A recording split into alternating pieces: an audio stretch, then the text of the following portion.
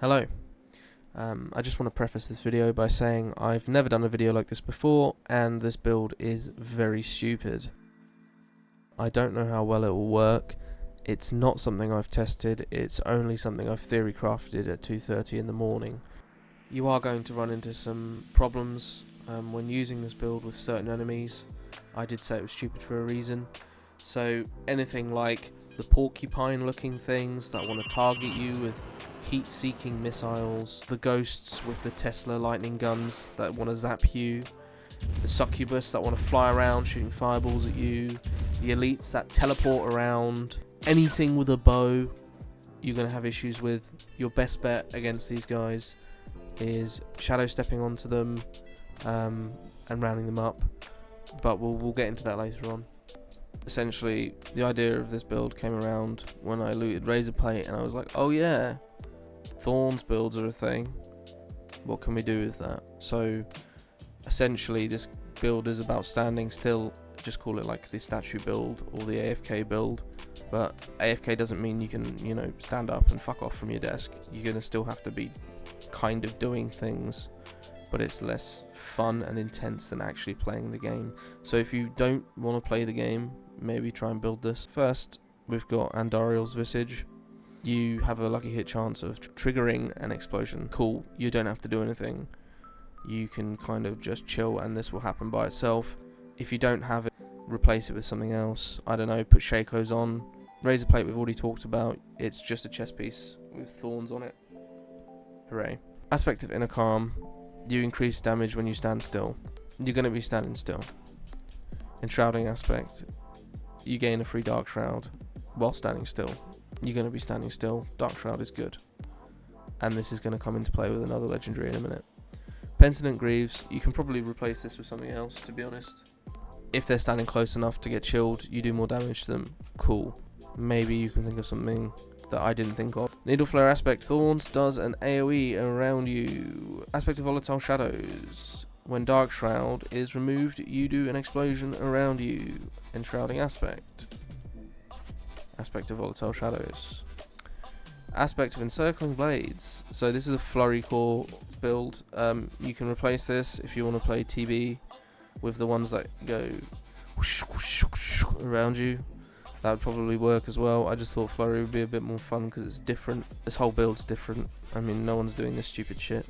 Unstable imbuements. When you cast an imbuement skill, you just do an explosion around you and it does damage. Cool.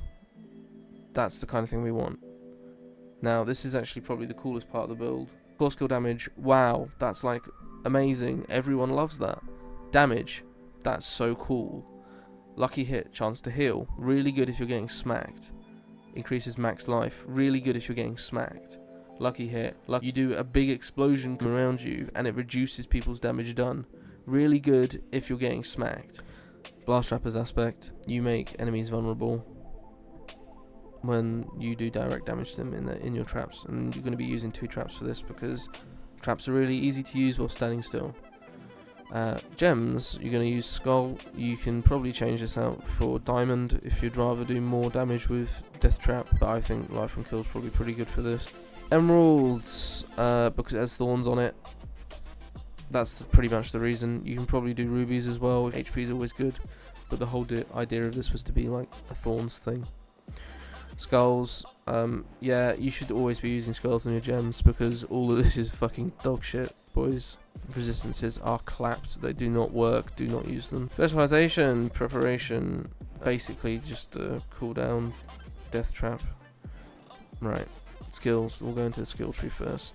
We can explain it here. So, Shadow Step, basically I'll explain here how you're going to do this. So you're going to Shadow Step into a pack, you're going to pop Shadow Imbuement, to get it off cooldown.